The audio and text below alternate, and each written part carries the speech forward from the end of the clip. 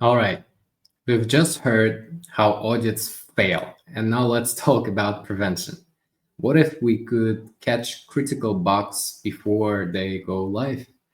Up next, we have Uriel Cruz Pineda, co founder and head of sales at NotLAN, joining us from Mexico, I believe, right? Yeah, right. Hello, The stage everybody. is yours. Very welcome here. Okay, perfect. Thank you. Thank you, everybody, for joining our stream.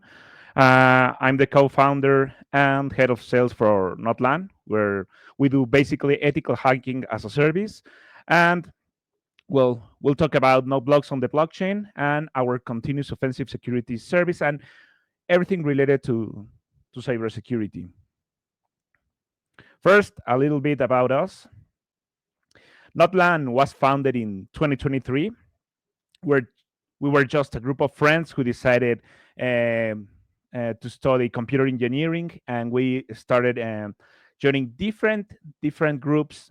Some of them related to the sales side, some others on the ethical hacking side. So by 2023, we decided to come up with a company to use all the experience that we had across different companies on different markets, especially Madrid and well on the Europe side and Mexico City on the Latam side. And well, there's a lot of professionals in here that have done innovative things, different things, and some things even related with quantum computing, and not just on the Web3 side, but also in the Web2 side. And we'll talk more a little bit. Um, First of all, I'm based in Mexico City. I'm the head of sales, and all the ethical hacking team is in Madrid. So um, we do a lot. We have done different projects in Europe, and this year we decided to start in Mexico City because well, we have two of the founders of the company were located in Mexico, so we know the market, we know what's going on, we know the different levels of maturity that have been happening regarding cybersecurity in Europe and the United States, because well, Mexico's everything that happens in the US comes to Mexico like a second step, or at least two steps later. And then well, let's talk a little bit about what's going on the blockchain testing and what happens when you have an application, well, a DApp or a smart contract. First, let's talk about beyond the smart contracts because, well, everybody knows that you have a smart contract, you have a DApp, you may use Solidity, ROS, Cairo as a programming language. Before deploying your application, your project, you decide to do some auditing. You may decide to use some specialized software, maybe some open software or something related to. You may contact a company that wants to do this auditing. There are some other strategies. For example, there are private audits like bug bounties, private bug bounties um, that work nowadays that you can still use in order to be secure on the market or before you deploy. And obviously, there are some frameworks that you can use to analyze your code. I mean, when we talk about cybersecurity and applications, we basically want to know that there's a static side, which is mainly the code, and there's the other side when everything is running, or the dynamic side. So basically, these kind of frameworks on the static side, such as Slider, Foundry, Mid, can help you out a little bit on that side. I mean, on the code to review your code, especially if you are implementing a DevOps or a DevSecOps strategy inside, even though you may be pretty small. But there's still a challenge in this because not everything that is on Web3 is like completely Web3. There's still a broader aspect of it because most of the times there's still a Web2 attack surface that is around it. For example, the front end of the DApp, I mean the application, there may be a panel like an administration panel, an API around it, or something that is surrounding cloud that may have an authentication flaw, misconfiguration that can lead to a specific vulnerability. And nowadays, we're pretty familiar with everything related with chatbots or any way of using an API from an LLM, such as OpenAI or another um, company that is related to AI that you want to exploit through, uh, using your application. And the real issue here is that most of the times when you have these kind of bots, they have to still be tested. I mean, there are different ways to exploit your bot. For example, it's not only about that the bot does or the chatbot does what it's supposed to do, but it's also about protecting all the information that is around your application. It may, for example, in a conversation, um, they do what we call a prompt injection, where they simply get information that they were not supposed to do. I mean, we're supposed to have.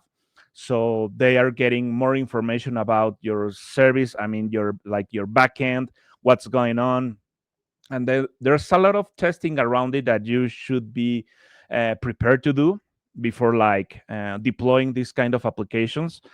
And that's why we decided, well, it's part of the foundation of the company, that we decided to do this approach where it is a continuous testing regarding not only the web3 part but also the AI part, just in case there's one, and obviously the web2 part. I'm going to talk more about this kind of parts that we work with, and we call it the full spectrum offensive security service, which covers everything related to that. I mean, we all know that there's a part on Web 2 where you may have like a web application running, and there are some APIs, and you need to do, of course, code analysis and all the dynamic security execution. I mean, all the reviews, all the findings that you get based on different standards, cybersecurity standards. For example, just right now, some months ago, there were some standards like a WASP that were um, put onto the market, where you can see that the new trends of LLMs. So it's not only Web 2 or WASP Top 10 coverage right now, but also the of WASP LLM and Mitre Atlas, which is related to LLMs and AI specifically. And at the same time, you may have a smart contract or a DApp that you need to run a vulnerability testing and to be sure that everything is covered. One thing and that is great about blockchain is that it is considered most of the time immutable. That means that you don't always have that kind of changes like in Web 2, because in Web 2 you can do like constant deployments, and in Web 3 it's like more stable. It is not always you are not going to have as much deployments as in Web 2, which makes it a little bit more secure, because you can ensure that once you run a test, it is less likely to get attacked, but it is still possible. And of course, there are different concepts, or a little bit more complex concepts in here, such as red teaming. And red teaming not only applies like as the well-known red team operations, but also red team regarding AI part. Well, for example, in that kind of service, we directly emulate the adversary, and we do simulation and emulation of those adversaries and different what we call APTs, which are basically emulating different kinds of attacks by different kinds of organizations that are well known, and some others that are not well known. That we can run some testings to see if what you are doing is prepared for that kind of attacks. And of course, there are different standards, there are different regulations that are behind this, such as DORA in Europe, that And well, we cover some parts of that regulation because that regulation is super broad. And and well, let's talk a little bit more like how this works. I mean, on the back end, what we're doing. Um, I know there's a comment in there. I'll go to see that comment. I mean, I'm gonna read it after this slide. Well, first of all, we have a dashboard, what we call it's a dashboard based in GitHub. So we didn't create like something completely different talking about our dashboard because we know GitHub is battle tested. So basically, what we have is when we're doing, I mean, our findings, when we get our ethical hacking team and they get these findings, they put them up in those continued retesting dashboard. So everything is live. You're gonna see it like whenever they get a finding that is confirmed by the ethical hacking team, they're gonna put it up in that dashboard. Your team is gonna be able to see it like live, and you're gonna be able to run reports like live. And at the same time, you can see that the first step is scoping a reconnaissance, which is basically doing what are we gonna test, which are the parts of the either infrastructure or either projects that we're gonna be testing, and also what kind of testing will be done because some um, some customers or some projects need to be regulated regarding code, so they really need to be there's some code analysis that needs to be done and some others don't, so it depends. That's the scoping base. Then we do the execution testing phase, which is basically all the testing that the ethical hackers are doing. Then that gets confirmed by the lead, and after it's confirmed, it is put on the dashboard. So by the time it's in the dashboard, your team of devs already knows that it is something that needs to be remediated. We don't use anything related to scanners or proprietary. Well, I mean, there's no like a front end scanner for doing this kind of testing. So we're not gonna give you anything related to false positives, which is pretty important. Everything that is gonna be on the dashboard is already confirmed by a human in this case. So you are sure that you are not getting false positives.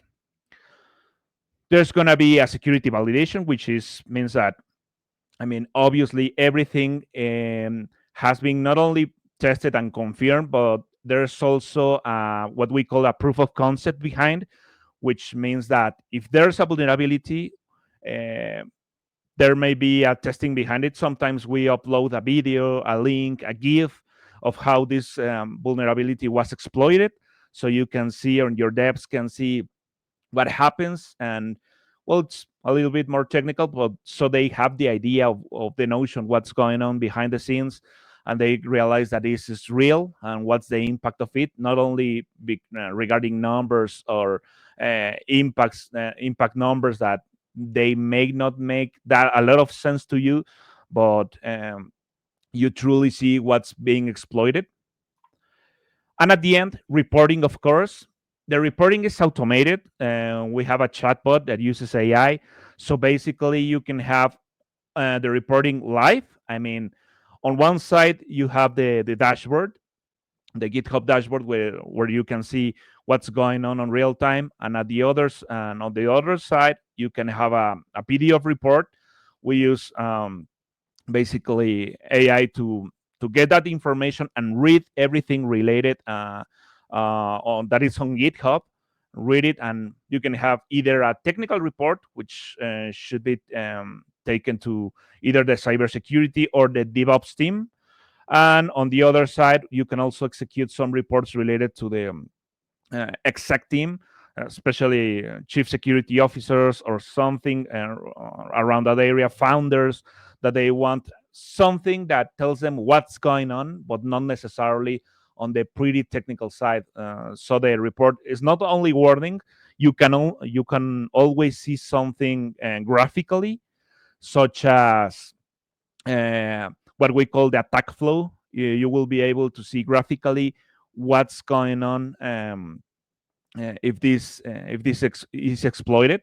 So we have different kind of reports. They can be executed 24/7, and what we basically do is that we want to make this like um, able to be executed by anybody that has the service, so they don't rely on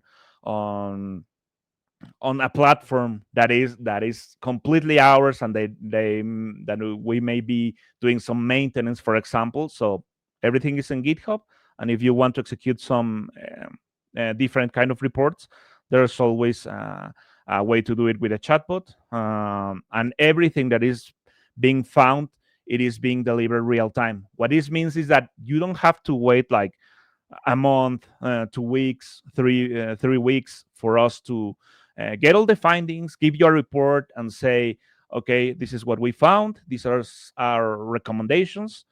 So you can go way ahead of that, and whenever the hacking team is finding something, you can see it in the dashboard in real time before we deliver. Like we tell you that we have finished that. And of course, on the side that is not Web3, I mean, on the side that is Web2, we can always do it like continuously. I mean, that means that this is being retested every time there's a new deployment. So you make sure that everything that is being deployed, everything is going to be um, well, reviewed by our team before you put it out there.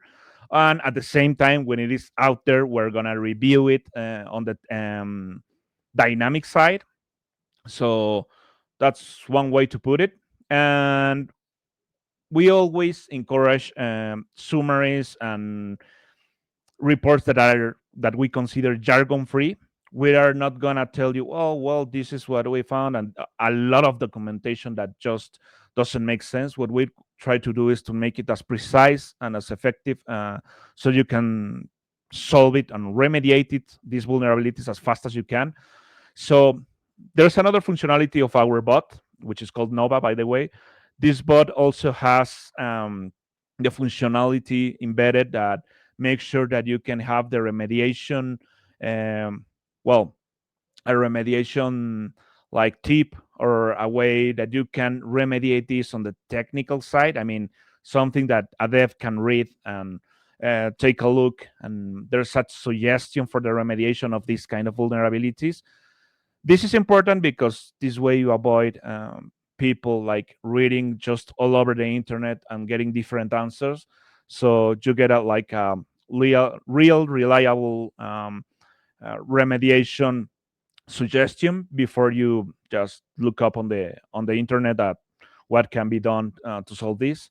And of course, these findings are already being analyzed by the AI. So it does not only do like a summary. I mean, it really takes our AI really checks all the vulnerabilities across time, and can get you not only metrics, but also at the same time consider what's going on across your project. So whenever you are getting new reports, it considers on the answers of the remediation um, what's what's been happening on the past. So it gets the context.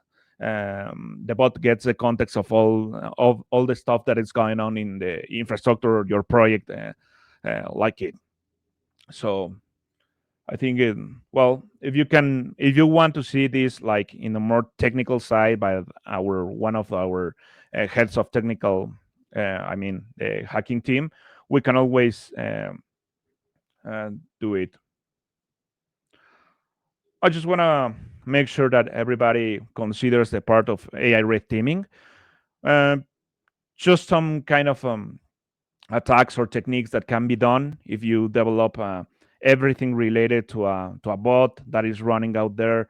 Um, doesn't matter which kind of technology you are exploiting out there, but there's, for example, there can be some prompt injection, which is basically trying to manipulate your model that you created in order to get information that it was not supposed to be given out there. Maybe even get information about a database that it should be, well, maybe it's just about one person, but it gets information about different people, for example, um, different IDs. Also, trying to get information in the model, because most of the times you want your model to get better and better across time, but there's a way to do that kind of poisoning, which means you want the model to change the way you want it outside, like in a malicious way, which is obviously it has to be tested. Well, there are other ways of evasion which you can basically make it say something that is not related to what it is supposed to do, um, which not only sensitive data but also different kind of responses that are not ethical for the company or for the project that you are developing. So everything that we do is obviously based in methodology. For example, in AI red teaming is OWASP LLM or Mitre Atlas. And of course, in the reports, because some people ask us, am I gonna have like a something related to a framework related to this, and how does this match with everything? Yes, the answer is yes. And well, basically, what we do with this is make everything safer, make everything like sometimes compliant depending on what you are doing, and well, basically battle tested for what's going on the everyday basis. We obviously have some other kind of red team services because it's not always related to AI. For example, you may be doing something that is related to specifically to money, and because of the region that you are in, or maybe because of the place that the company was founded, maybe you are more exposed to different kind of attacks. So we do this realistic, what we call realistic attack simulation. Basically, everything that is in the geographic region that is more likely to happen, we'll test, and this covers like different laboratories that can be done real time. You can see them and see what's the response on your side. I mean, this most likely happens on very complex and big or bigger environments, but it's also something that we can do. And well, we always, like I said, we avoid everything that is. I mean, we do this jargon free. We avoid what we call security theater, which is we don't over rely on different proprietary tools, or we always make sure and test everything that we deliver so there's no false positives. Um, we obviously believe that cybersecurity is a mindset like that. So testing is always about proving, I mean, that the tool that we're using is and really works, and not just like I'm having different kind of testing, so I must be more secure. It's not always that. So um, we also are we're very friendly with different tools that are like open on the market. So we believe in open source and different kind of tools. We believe more in a skill rather than tools.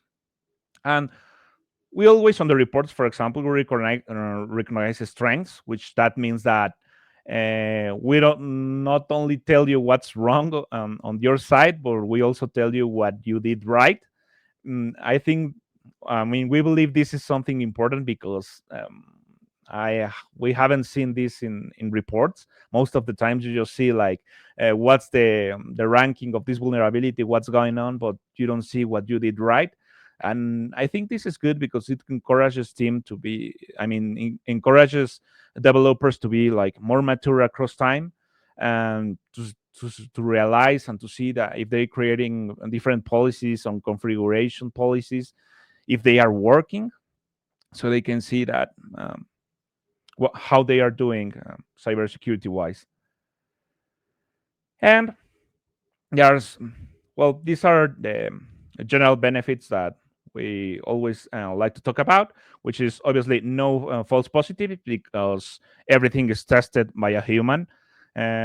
That's one of the advantages of not using like a scanner on the front end, because a lot of times there are scanners on the market. There are open source scanners, free scanners, and always third party owned scanners. But um, if you do that, at the end you have to like double check, because you're gonna get findings that not always apply to your business logic or to your project logic, or cannot be really exploited. So we always test this and make sure that everything is real, or that it can really impact you. There's always a continuous improvement, because we do this like across different releases. If you have different deployments, it depends on how much you deploy. We do it like constantly, so every time there's a deployment, it is always like we're making sure that everything is like their cybersecurity posture is improving. And you are gonna also get more maturity regarding security control rationalization, which means that you are gonna realize that when everything, if there is a control or that overlaps in your security strategy, you can realize if there's an overlap. Sometimes realize that you may not need a tool that you thought you needed in the past. Well, basically, we want to do real world protection, which means that we consider all the ecosystem and the different attack vectors that could really impact you at the end, and make sure that everything is way safer. I think that's the like the general step that well, the different steps that I really wanted to cover. There's of course a lot of technical sides on these different requirements by different customers, projects, or depending on what you are doing. And I'm adding this QR in just in case that you want to chat with the ethical hacking team. I mean, with the head of them in a more technical way, or discuss a project, something that's going on, to see if we can help you, or everything more like technically related. So I think that's it. Let me read some of the comments. I'll be posting Um, them on screen for your okay, comment. okay. Says I want to design a token economy model on a blockchain base. Which tools?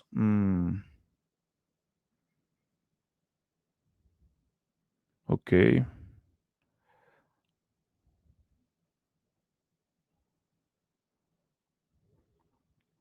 Blockchain base e-procurement model. Okay. Mm, well, it depends. We basically we use different tools. I mean, behind the scenes, not always open source, but for example, I mean, I know the head of the ethical hacking always talks about cloud, because it's pretty good for code analysis, um, to getting like more information of what's going on the code analysis side.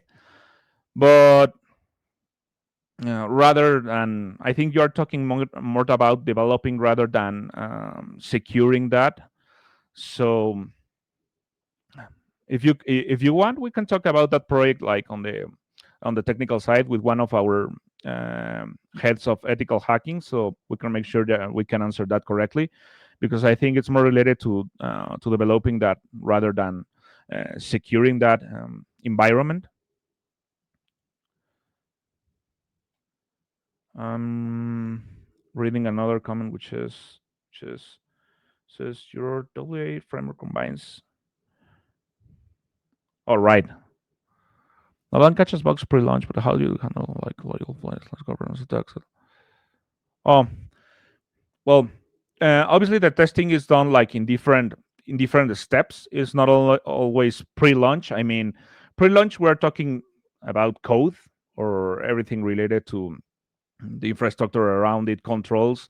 But we basically do first code, and then there's the dynamic execution part, which is the other side where everything's running and you start doing what we call matching in the reporting. For example, there are a lot of standards out there, not just a WASP top 10, but something related to PCI, for example.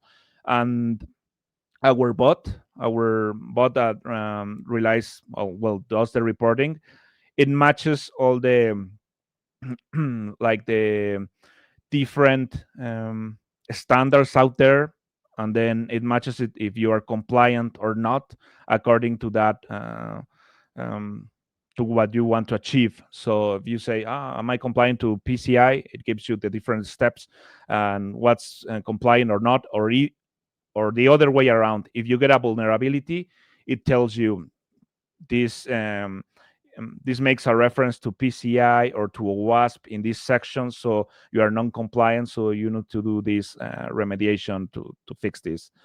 So that relies a little bit more on what's governance, but we don't do like the consulting side, but because governance always goes more to a process called GRC, which is everything related to making sure that you have everything documented on the governance side. Obviously, this kind of testing will help you be compliant with it on the technical side, but there's a lot of consulting that you always have to do depending on the project, because if it's a very big project, most likely you will have someone just specialized in governance and everything in related on the GRC side. And now, your WA framework combines Web3 and open testing. How to sell this to? Just wanna. Oh, okay. Yes, we also do that. I mean, most of the times, what we do is make it like continuous operation. So, I mean, our service is mostly like a SaaS service, but yes, there are some customers that have asked for that, what we call a checkbox audit, which is mainly, for example, here in Mexico, there are some institutions like the CMBV that tells you need to be compliant with this before you want to put something out there. When there's a correlation between banking or fintechs, you need to do those kind of checkings, and a lot of people do those kind of checkbox audit, which is we do the pen test. Everything is related to a report, but no, it is not continuous. There's some projects that we have done where we just do the report. Everything is on the website. I mean, on the our dashboard, but it's not continuously retested. We consider that it is not the optimal thing to do, because there are a lot of things that could happen after you deliver a report. But yes, we can do that. There's a lot of small projects or small companies that need that, especially because when we're talking about continuous testing, it is always more costly.